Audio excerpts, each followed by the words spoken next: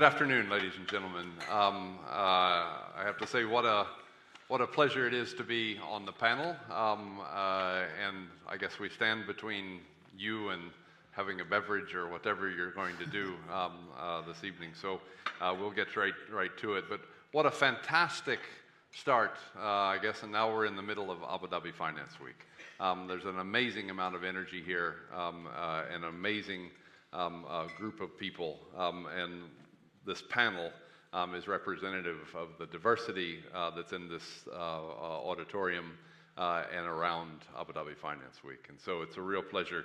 I have the honor, I guess, of discussing building tomorrow's elite teams with an incredibly talented group, and I have the challenge of doing that in 25 minutes. So we won't spend much time on backgrounds. We'll kick in. Brian, it turns out it's only 18 minutes now. So. Yeah, so I have a bigger challenge. But the UAE is a very unique place in the world in terms of entrepreneurial spirit and in leading the world now in many of its initiatives, as you've seen already here. Not least amongst the challenges of keeping that title, I think, is obtaining and maintaining and training people. And so that's what we're going to turn to today. And I'm going to first turn to Iman Al-Hamadi. And Iman, you are the Group Human Capital Strategy and Organizational Effectiveness Senior Vice President at Abu Dhabi National Oil Company, ADNOC, one of the world's leading companies and absolutely critical to the infrastructure here in the UAE. You're handling 45,000 employees.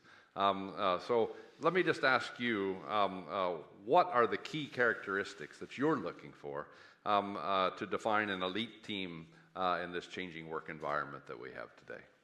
Okay, good afternoon, and it's a great pleasure to be here to discuss such an important topic. So there are many characteristics, as you said, in such an environment that is in rapid changes. However, I try to summarize it in 4 or 5. And I think from the experience we had in ADNOC, specifically transformation for the last decade, number 1 comes is the agility. You have to be very adaptable, the agility to embrace changes and embrace and clarity and certainty, especially in an environment where everywhere in the sectors, whether in energy sectors or other sectors, facing the same challenges. We deal with unknown. Our people and our talent needs to be very well prepared for future, and that's required them to be very agile and be very self-driven when it comes to the self-management as well. In addition, I think the most important one, people are moving now to care about how the culture look like, how you embrace cultures. We saw a lot of talent that is well known, however, couldn't embrace the culture they are working on, and very diverse culture. In ADNOC, we have 120 nationalities all around the world. And having the right culture to really foster these skills and use these skills in the right place is one of the key success that we had in the industry itself. Of course, the Gen AI and the innovation technology being updated with the right skills and the future skills is quite important. It's quite challenging for us being in the size of 45,000 and a heavy national company. Our monetization is 60%, while we still have a lot of diverse workforce.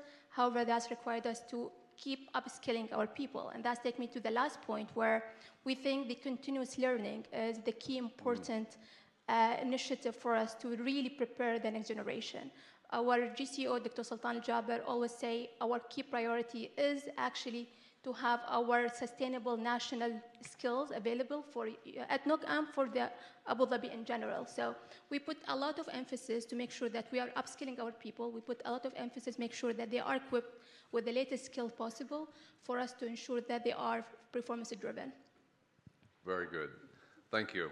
And Iman is a great example of Emirati leadership. Really, and very happy that you've joined us here today. I want to turn now to some venture capital. So we have Andy and Amir here today, and chances are all of you will have interacted with a company that these gentlemen have kicked off over the course of the week, I would say, if not even the course of a day. So Andy, I'm going to turn to you first. From your experience as a venture investor, tell us about the various types of venture-backed company leaders that you've encountered. Great. So first of all, I'm excited to be here. This morning I reflected that UAE, I've traveled to this country more than any other country on earth in the last 10 years. And I thought it was something. And before that was Singapore, before that was China, and then before that was New York. Maybe this is some sort of leading or lagging indicator. As Brian mentioned, I'm an early stage venture capitalist. So my job is actually to interview people, to interview founders, right? So our firm has been in business for 30 years, and I've been doing this for 20 years. We have a portfolio of about 1,000 companies. We're very early. So out of the 1,000, I have invested in 100 of them, and I probably interviewed 10,000 founders in my 20 years. So I got lots of data.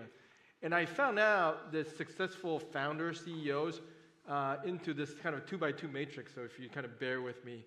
So you have the People's Choice CEO, and then you have the Hero Ball CEO, okay? You know what Hero Ball means? Hero Ball means like Michael Jordan or Steph Curry. They score 50 points a game, and they just score, right? You have that kind of CEO. That's the Elon Musk of the world. And then you have the People's Choice. That's sort of a more team-oriented. They build a big group of people. They divide and conquer. Brian Armstrong of Coinbase. So both are our portfolio companies. And then y-axis, you have the founder CEOs and the professional CEOs.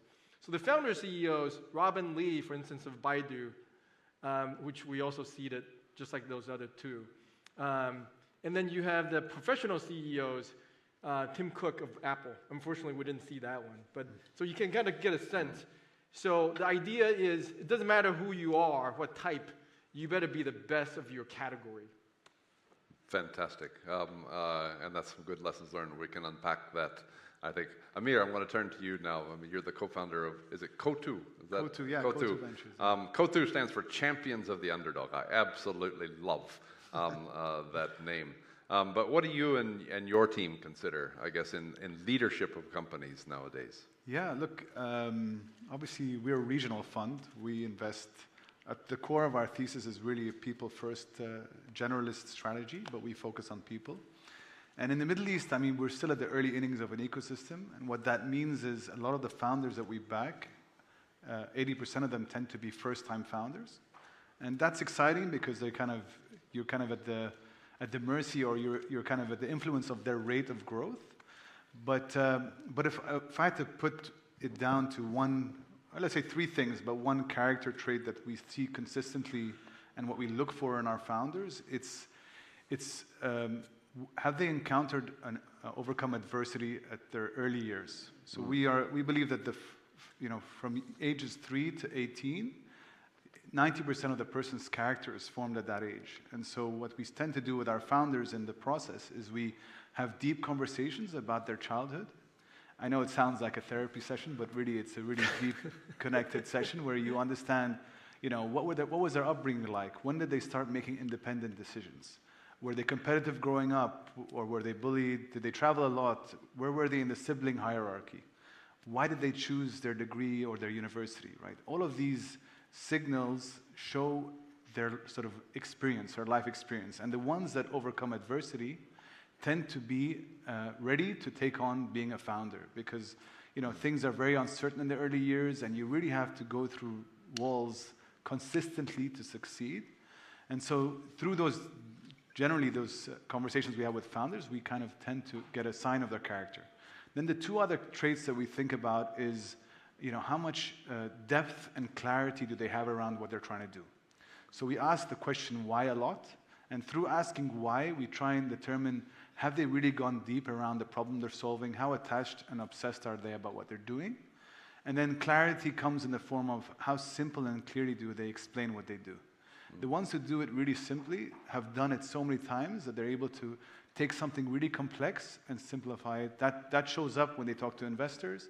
That shows up when they talk to future hires and customers. So in general, I mean, there's so many other things to talk about when you talk about founders, but consistently, those are the three patterns that we think determine the chances of success. And because we're, like I said, first-time founders mainly, I think we have to anchor around that signal a lot more than their track record. Fantastic. And I was trying to answer those questions as you spouted them out. Yeah. So we'll come now to those are trade secrets. trade secrets. Yes. We're turning now to Richard Hills, and Richard's working here with a global risk management and compliance team, and leading a number of digital transformation projects and helping institutions fight financial crime and fraud. And that's a critical role, I think, for us going into the digital future. But Richard, what are the emerging roles and competencies that you foresee as becoming essential, really, to organizations in prioritizing digital transformation and innovation? I work predominantly with the financial industry, and from my observation, I think you will agree, the financial industry and technology are at an inflection point at the moment where digital transformation and innovation are no longer optional concepts. They are imperatives, and that shift necessitates a profound change in how organizations think about talent. The future workshop needs to align with emerging technologies, digital transformation, data-driven decision-making, and the demand for those competencies. So keeping that in mind, I can think of data scientists and data analysts that are playing a pivotal role in data-driven or data-enabled real-time decision-making.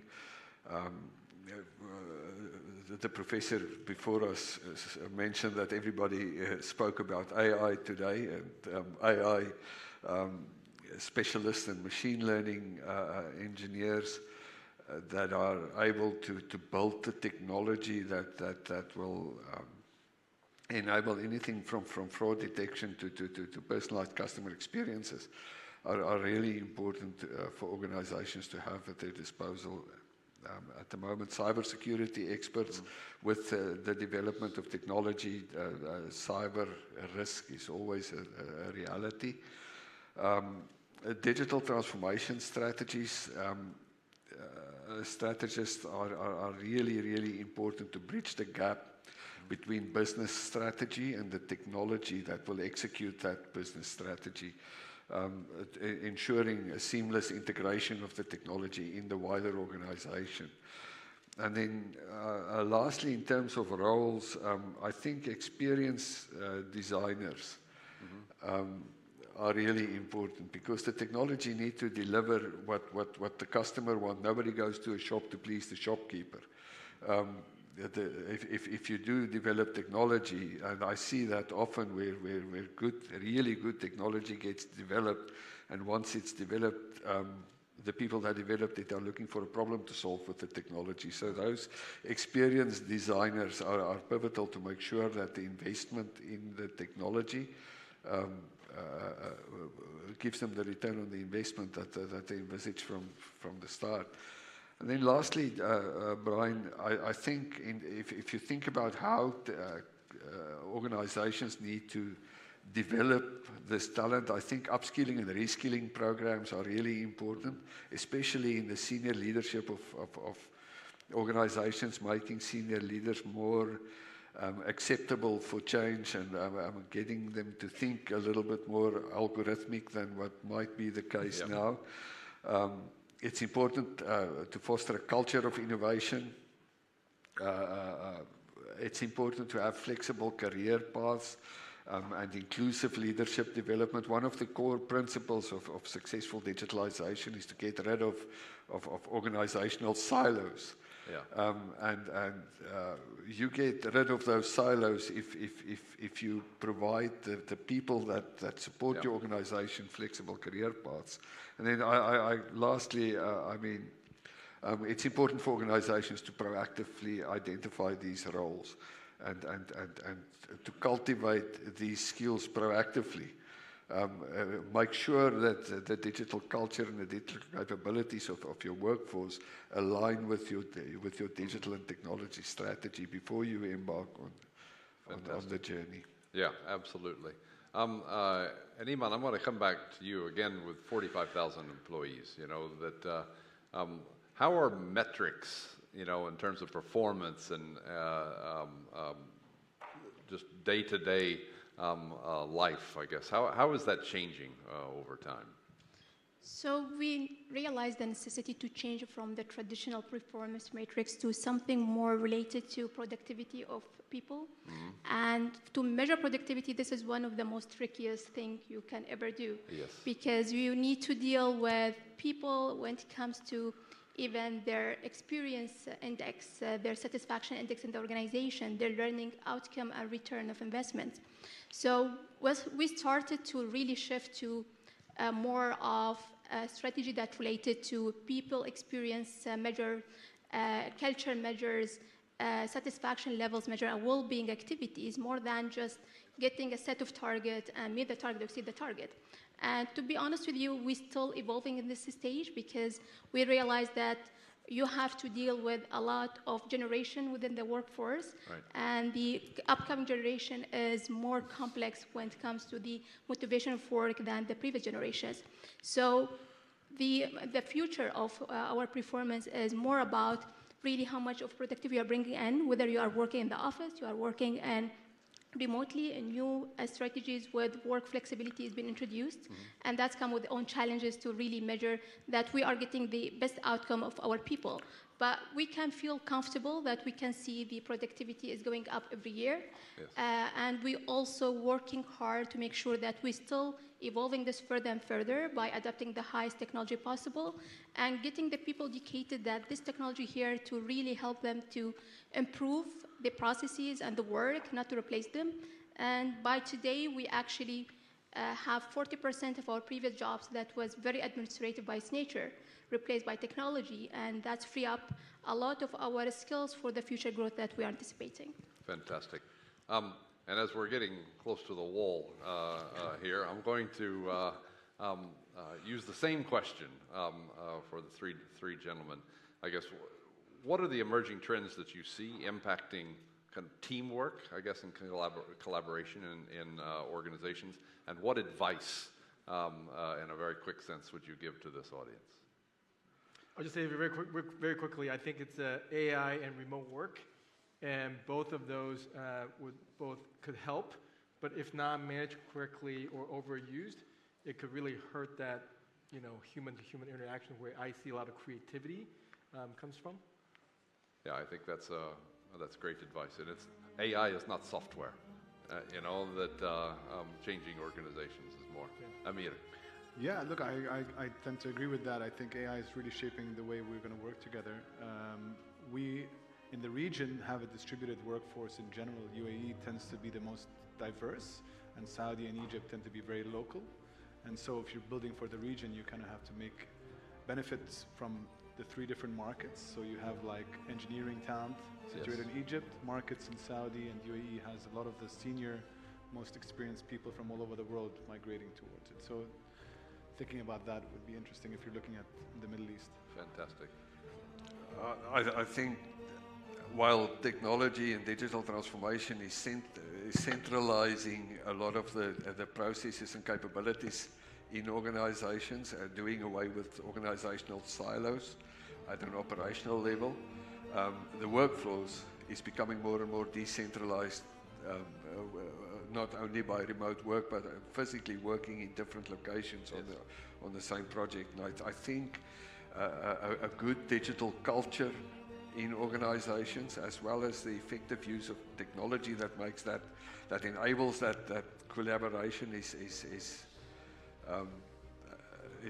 really important if you want to use the technology to its best effect. Fantastic.